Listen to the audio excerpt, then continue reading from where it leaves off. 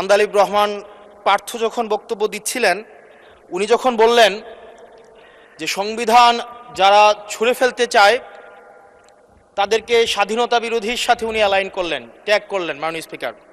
এবং তখন ট্রেজারি বেঞ্চের সম্মানিত মাননীয় মন্ত্রী যারা ছিলেন তারা সেটাকে টেবিল চাপড়িয়ে সেটাকে সমর্থন দিলেন।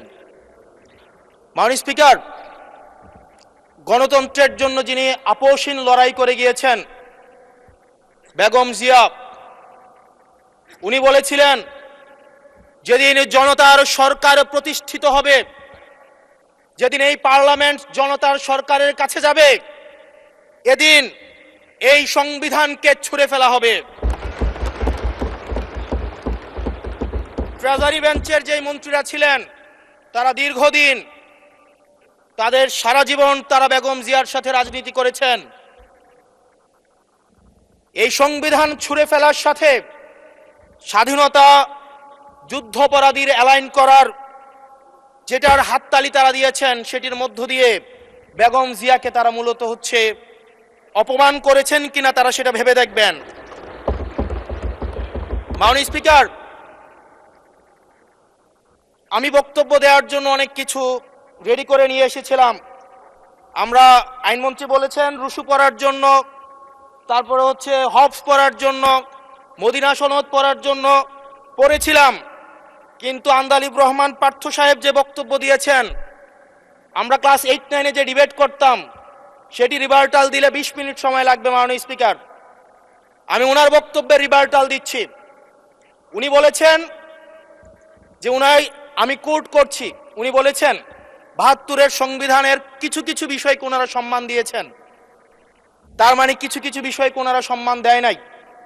তার মানে এই অভ্যুত্থানের পরে এই সংবিধানের কিছু অংশ ওনারা মেনেছেন, কিছু অংশ ওনারা মানেন নাই।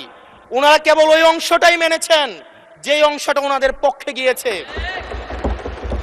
যে অংশটা ওনাদের বিপক্ষে গিয়েছে এই অংশটা ওনারা মানেন নাই। মাননীয় স্পিকার, এই ধরনের প্রকৃতি সম্পন্ন যারা আছে বাংলাদেশের পার্লামেন্ট যারা দেখছেন তারা সিদ্ধান্ত নেবেন, যারা কখনো কখনো কনফরমিস্ট, যারা কখনো কখনো রিফর্মিস্ট, তারা মূলত অপরচুনিস্ট।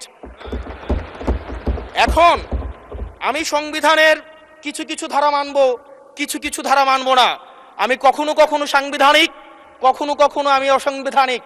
মাননীয় স্পিকার, যখন ডক্ট্রিন অফ নেসেসিটির প্রশ্ন আসে, মাননীয় স্পিকার, এই এক্সিস্টিং সংবিধান অনুযায়ী যখন 7A এবং 7B বলবৎ থাকে, সেই জায়গা থেকে আইনজ্ঞরা, মাননীয় স্বরাষ্ট্রমন্ত্রী উনি থাকলে ভালো হতো।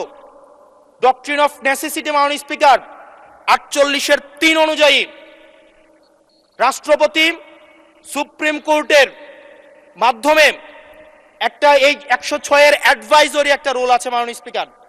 এই অ্যাডভাইজরি রুলের মাধ্যমে সংবিধানের ফান্ডামেন্টাল কোনো বিষয় কম্প্রোমাইজ করা যায় না। মাননীয় স্পিকার, যদি আমি এই সংবিধান মানি তাহলে এই অন্তর্বর্তীকালীন সরকারের বৈধতা প্রশ্নবিদ্ধ হয়। মাননীয় স্পিকার, মাননীয় স্পিকার, যদি এই সংবিধানকে আমি ধারণ করতে চাই, মেনে চলতে চাই, সেদিন 64 বিধি অনুযায়ী অ্যাটর্নি জেনারেল নিয়োগ দেওয়া হয়েছিল 6 আগস্ট। মাননীয় স্পিকার, এই সংসদে প্রশ্ন রাখতে চাই, তৎকালীন বর্তমান রাষ্ট্রপতি চুপ্পু, তখন বলা হয়েছে অ্যাটর্নি জেনারেল নিয়োগ দেওয়ার ক্ষেত্রে প্রধানমন্ত্রীর সাথে আলোচনা করতে হবে। সেদিন কোন প্রধানমন্ত্রীর সাথে আলোচনা করা হয়েছিল সেটা আমাদেরকে অ্যাটর্নি জেনারেল জানাবেন।